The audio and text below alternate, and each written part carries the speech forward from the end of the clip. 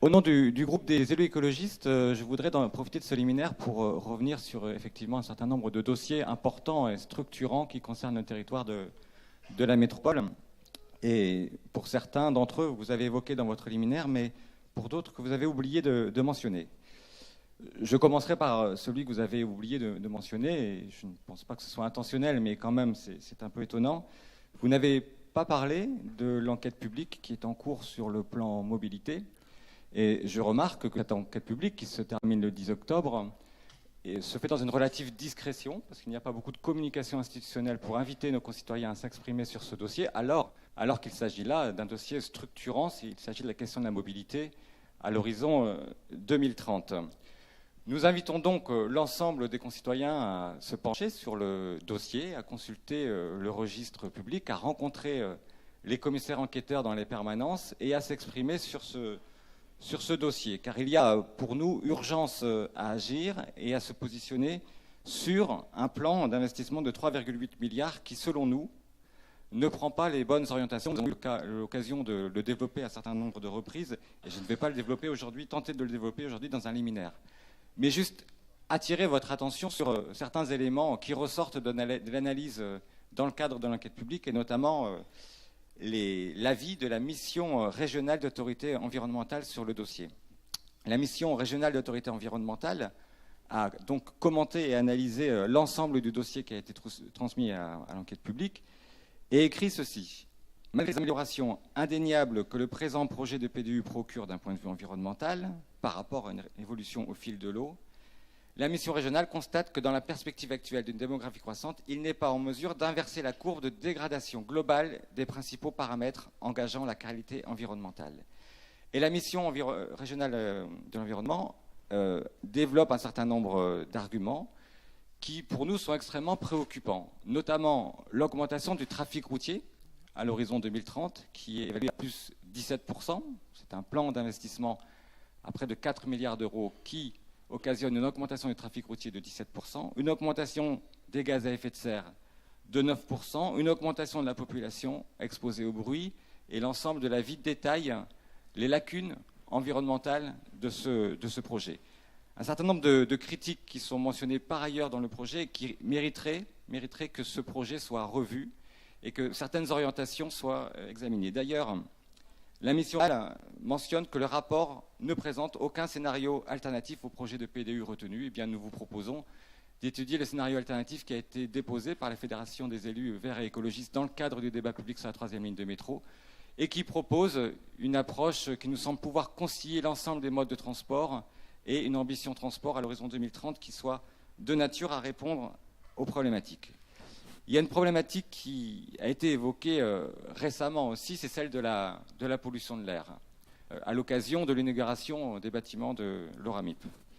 Le préfet a annoncé un certain nombre de mesures qui, dorénavant, s'appliqueront sur notre territoire et qui sont finalement des mesures d'urgence pour faire face à une situation qui ne cesse de se dégrader. Monsieur le Président, nous pensons que dans le plan mobile et dans l'ensemble des politiques publiques, nous devons nous mobiliser plus fortement sur la question de la pollution de l'air pour éviter d'avoir à appliquer des mesures d'urgence telles qu'elles nous sont décrétées par arrêté. Et nous vous invitons à travailler plus ardemment sur la question de la pollution atmosphérique de manière large et notamment liée aux problématiques de mobilité.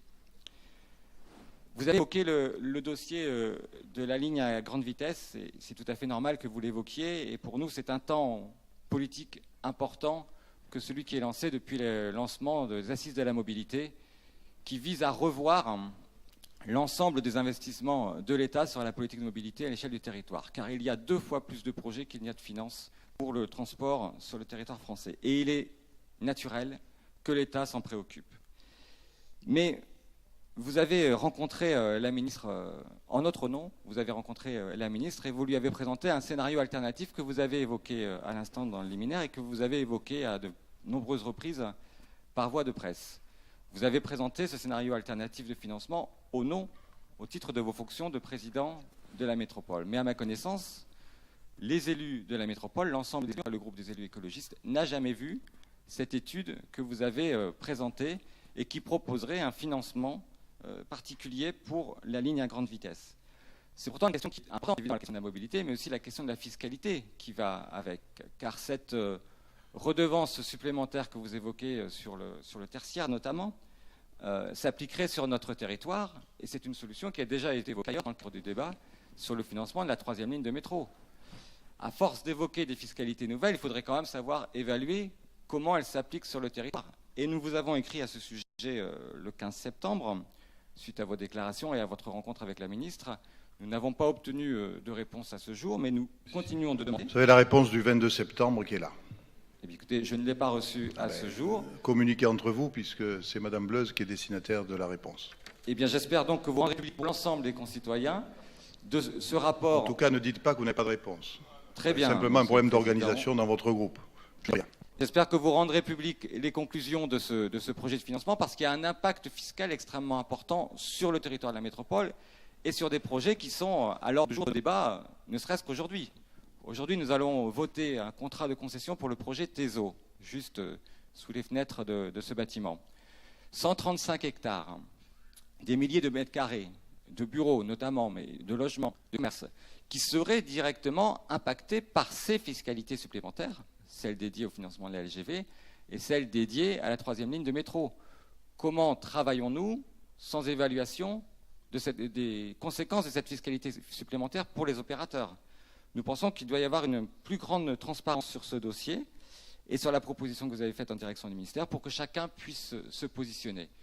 Vous savez que nous défendons depuis longtemps le projet d'une modernisation existante en lieu et place du projet de ligne à grande vitesse, afin que Toulouse soit effectivement reliée de manière la plus rapide possible à Bordeaux et à la capitale. Nous pensons que la métropole, c'est celle de la modernisation des voies existantes.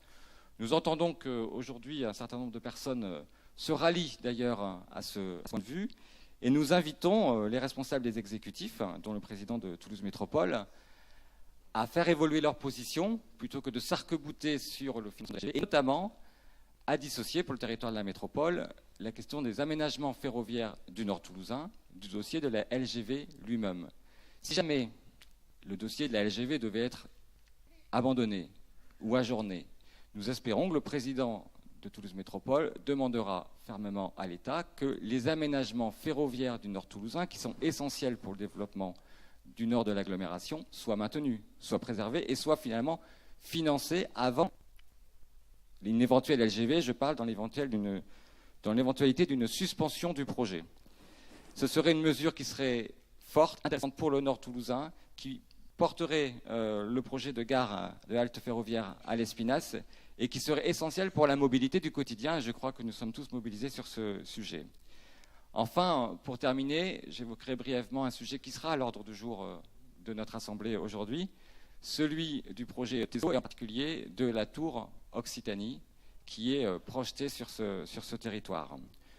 Nous sommes fortement surpris de la proposition que vous faites à l'Assemblée aujourd'hui de modifier le PLU à ce que le projet TESO garde l'esprit qui était le sien au lancement du projet, travaille sur l'amélioration des espaces publics dans l'esprit qui était celui de Busquets au départ du projet, et soit surtout un quartier consacré à tous, avec du logement social et du logement très social aussi au cœur de ce quartier, et pas simplement un quartier de prestige comme ça pourrait être le cas avec ce symbole de l'Occitanie Tower. Je vous remercie.